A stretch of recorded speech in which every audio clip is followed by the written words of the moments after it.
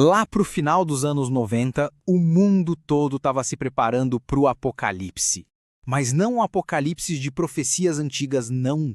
Era um apocalipse digital, com data e hora marcada, meia-noite do dia 31 de dezembro de 1999. Era o famoso bug do milênio.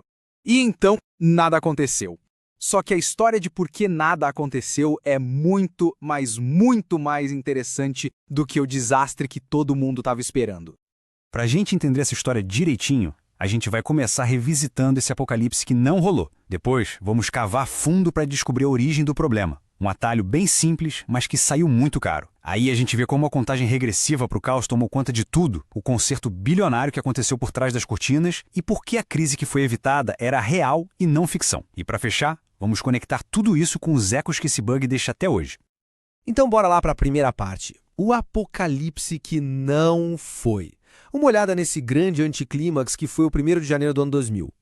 Muita gente deve se lembrar do bug do milênio, né? O tal do Y2K. Ficou famoso como a grande catástrofe mundial, que no fim das contas nunca aconteceu. A virada do ano chegou, o mundo continuou girando e vida que segue. Mas essa ideia simplifica demais uma história que é, na verdade, fascinante. Pois é. Depois que a poeira baixou, muita gente começou a chamar o evento de a grande fraude do ano 2000.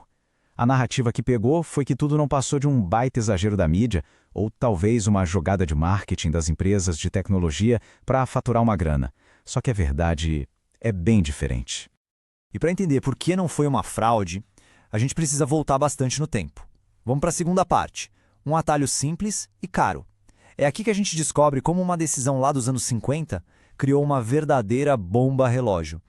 Olha só, desde o comecinho da computação comercial, os engenheiros já sabiam do problema. Já em 1958, um cara da IBM chamado Bob Bemer alertou sobre os riscos de usar só 2 dígitos por ano. Mesmo assim, nos anos 60, essa prática virou padrão. E o motivo não foi descuido, não. E aqui está o pulo do gato. Dá uma olhada nesse número. Em 1965, um único megabyte de memória custava $761.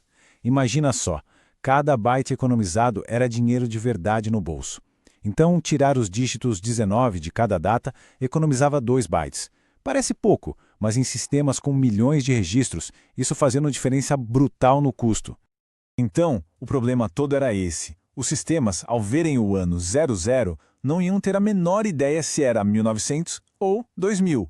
Isso podia causar erros de cálculo bizarros, tipo juros negativos em contas de banco, ou o sistema achar que um aposentado era um recém-nascido. Sem falar no risco de falhas críticas em sistemas essenciais. Bom, com essa ameaça cada vez mais clara, o pânico começou a se instalar. E isso nos leva direto para a terceira parte, a contagem regressiva para o caos. A onda de medo que varreu o mundo nos anos 90 foi gigantesca. Conforme a data foi se aproximando, a mídia entrou em um frenesi. Em 1998, a revista Época descreveu a situação assim: modernos profetas do fim do mundo anunciam a iminência de um dilúvio eletrônico. O tom era esse, de catástrofe iminente.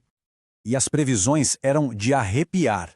Falava-se que caixas eletrônicos iam parar de funcionar, telefones ficariam mudos, elevadores prenderiam as pessoas, sistemas de hospitais poderiam falhar e até mesmo o risco de um colapso nos sistemas que controlavam arsenais nucleares.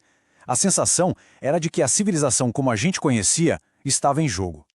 O pânico chegou a um ponto que as próprias autoridades incentivavam as pessoas a montarem kits de sobrevivência. A recomendação era estocar comida não perecível, água, remédios, pilhas e tem em caso equivalente a umas 2 semanas de salário em dinheiro vivo. A ameaça era tratada como se um furacão estivesse vindo.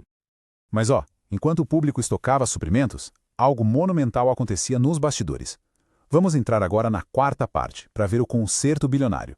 Um esforço global, sem precedentes, para reescrever o código do mundo inteiro. Basicamente, existiam 2 abordagens principais. A expansão, que era a solução definitiva, mudar as datas para 8 dígitos, e o janelamento, que era uma solução mais rápida e barata, tipo um jeitinho, que adicionava uma lógica para o computador adivinhar o século. Muitas empresas optaram pela segunda opção, que era, na real, um remendo temporário. E para ter uma ideia da escala do desafio, A força-tarefa para consertar o bug foi tão grande que programadores de COBOL que já estavam aposentados foram chamados de volta ao trabalho. Eles tiveram que mexer em sistemas que eles mesmos tinham construído 20, 30 anos antes. E o custo disso tudo? Astronômico. A consultoria Capgemini estimou que o gasto global com os preparativos para o Y2K chegou a 858 bilhões de dólares. Foi uma mobilização de dinheiro e de gente em uma escala que a gente raramente vê. Todo esse esforço e toda essa grana nos levam direto para a quinta parte. A crise foi evitada, não ficcional. É aqui que a gente entende por que aquele ano novo super tranquilo foi um sinal de sucesso e não de um alarme falso. A prova de que o bug era real apareceu em vários pequenos incidentes isolados. Olha só esse painel eletrônico numa escola de engenharia na França, por exemplo. No dia 3 de janeiro de 2000, ele marcava 3 de janeiro de 1900. Ou seja, onde os sistemas não foram corrigidos, o bug deu as caras. Então a grande verdade é que o amanhecer silencioso de 1º de janeiro de 2000 não foi um anticlímax. Foi, na verdade, uma das maiores e menos celebradas conquistas tecnológicas da história. Um verdadeiro triunfo da prevenção, da colaboração global e do trabalho incansável de centenas de milhares de programadores. Mas essa história não terminou em 2000 de jeito nenhum. Vamos para a nossa última sessão para explorar os ecos modernos do bug e descobrir por que as lições do Y2K são, talvez, mais importantes hoje do que nunca. Bem recentemente, em julho de 2024, a gente viu a falha global da CrowdStrike paralisar companhias aéreas, bancos e hospitais no mundo todo. O Elon Musk chegou a chamar de a maior falha de TI de todos os tempos. Esse evento foi um pequeno vislumbre do que o bug do milênio poderia ter sido, e um lembrete de como a gente continua dependente de sistemas digitais bem frágeis. E a ameaça de bugs de data não desapareceu, viu? O próximo grande desafio já tem nome, é o problema do ano 2038. Ele afeta sistemas de 32 bits que contam o tempo em segundos desde 1970. No dia 19 de janeiro de 2038, esse contador vai estourar e voltar para o ano de 1901. É um eco direto do problema que a gente enfrentou em 2000. O bug do milênio nos ensinou que a prevenção funciona e que a colaboração global pode sim resolver problemas que parecem impossíveis. A pergunta que fica no ar é: nós conseguimos evitar o bug do milênio? Mas será que estamos prontos para o próximo?